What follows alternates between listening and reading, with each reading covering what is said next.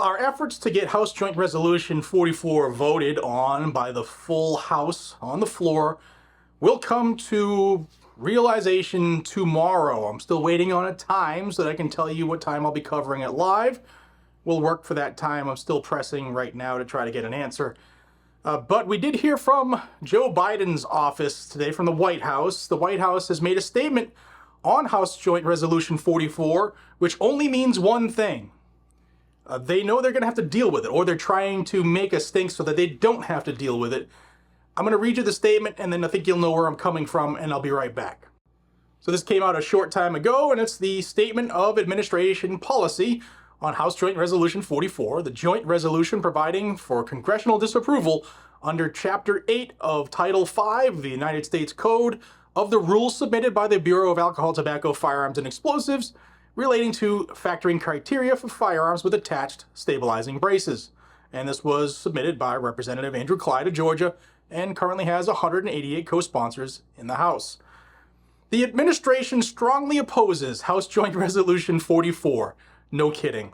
Disapproving the U.S. Department of Justice Bureau of Alcohol, Tobacco, Firearms, and Explosives rule relating to factoring criteria for firearms with attached stabilizing braces. For decades, federal law has placed stricter regulations on certain types of firearms, including short-barreled rifles. The rationale is clear. Short-barreled rifles are more concealable than long guns, yet more dangerous and accurate at a distance than traditional pistols. For these reasons, they are particularly lethal, which is why Congress has deemed them to be dangerous and unusual weapons subject to strict regulation since 1934. Recently, however, the gun industry has circumvented the long-standing law by manufacturing and selling so-called stabilizing braces that convert heavy pistols into short-barreled rifles. As a result of this industry innovation, in the past few years, we have witnessed mass shooters, including those in Dayton, Ohio and Boulder, Colorado, use these brace devices on heavy pistols in order to inflict mass carnage. In January of 2023, the U.S. Department of Justice issued a final rule after a 90-day notice and comment period to address the gun industry's evasions of federal law by making explicit that certain firearms equipped with an accessory, component, or other rearward attachment, like a stabilizing brace, are short-barreled rifles that are uniquely dangerous and regulated under existing law. Even though congressional Republicans should take additional action to keep these and other dangerous weapons off our streets, they are instead pushing a resolution to reverse this rule and the progress we have made to enforce existing statutory requirements on these dangerous weapons.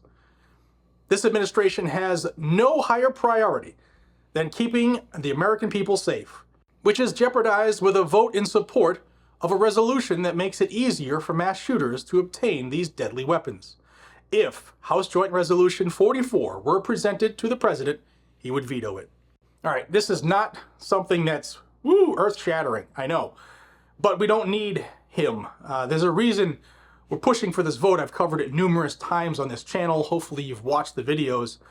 Guys and gals, we want a roll call vote to see where these Republicans, specifically, who say, vote for me, I'm for the Second Amendment, yet here we are, the Second Amendment's being infringed in a major way. Where do they stand? Yeah, where do they stand? Also, this whole statement is a bunch of lies. The federal government for over a decade has said, you know what, you can have these. These are not short-barrel rifles. You can shoulder them. Doesn't change anything. NFA doesn't apply. GCA doesn't apply. You're good to go. So this is obviously a backdoor effort. I was at a local FFL here in Johnson City, Tennessee today, and we had some, casual conversation. And he said within the last week, 3 or 4 people have come by his shop with pistols with braces, and they didn't know anything about the pistol brace rule. That is why I'm going to ask you again to call all of your representatives, call your senators. It's area code 202-224-3121. Call them. There's a lot of people out there that have firearms with attached stabilizing braces who know nothing about this. And the only way we can get this news to them, this information to them, is if we actually spread it ourselves. Talk to people, bring up that conversation, bring up that subject, breach it. As uncomfortable as you might think it is, ask them, hey man, did you hear about the new rule with, stabilizing braces? Because some people don't know about it. And that's why we do the news here, so that we can educate people. How can you help? People always say, Jared, do a video on how we can help you get the word out. It doesn't need its own video, man. Like the video, hit that like button, share the video, put it on your Facebook, your Instagram, your Twitter, wherever you are, Gab, Truth Social, whatever it is, place the link on there so more people can see it. How else can you help? Subscribe to the channel. That helps the algorithm, those three things. Also hit the bell icon so that you're notified when I put out more content. That's the way you help people on these platforms. Like this stuff, subscribe them, follow. Depending on the platform, it's called different things. That's how you help. It's as easy as that. Jared, do a video on contacting your reps. I've done a couple of them. Just use that little searchy thing on my channel, but it's as easy as this. You call the number, you're gonna get the switchboard, say, hi, can I speak to my congressman? I live at boom, boom, boom. They're gonna ask you your address and they're gonna patch you right to their office. Within a ring or two, you're gonna have an aide pick up the phone, and that's where you're gonna say, hey, I would like Congressman or Congresswoman blah, blah, blah to support House Joint Resolution 44. It's getting a vote tomorrow. Please vote in favor of stopping the ATF. You don't have to get into a diatribe. You don't have to tell them that it's an infringement. If you want to, feel free, but don't say things in a way that could get you jammed up. I'd hate to see people get red flagged, right? By an administration who would love nothing more than to take guns from good people.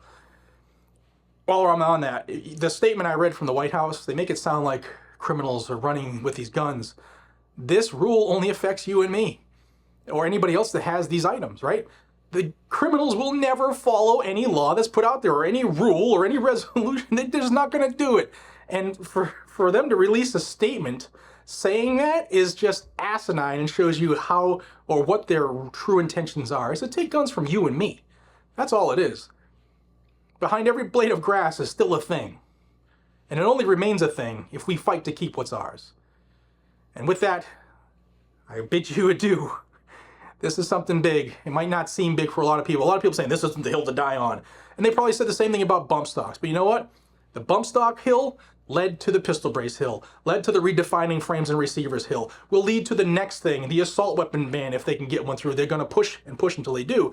This all started with, that's not the hill to die on. We need to get our proverbial heads out of our proverbial asses and take action. And if that upsets you, if that offends you, then you might be one of those people who might be part of the problem. We all need to pull together. We need to fight together instead of saying, that's just for those shotgunners. That's just for those tactical guys and gals. That's just for those long distance folks. We need to be one. All for one, one for all. Till we see each other again, be safe, stay vigilant, and carry a gun to keep you, your friends, your family, your community safe. See ya.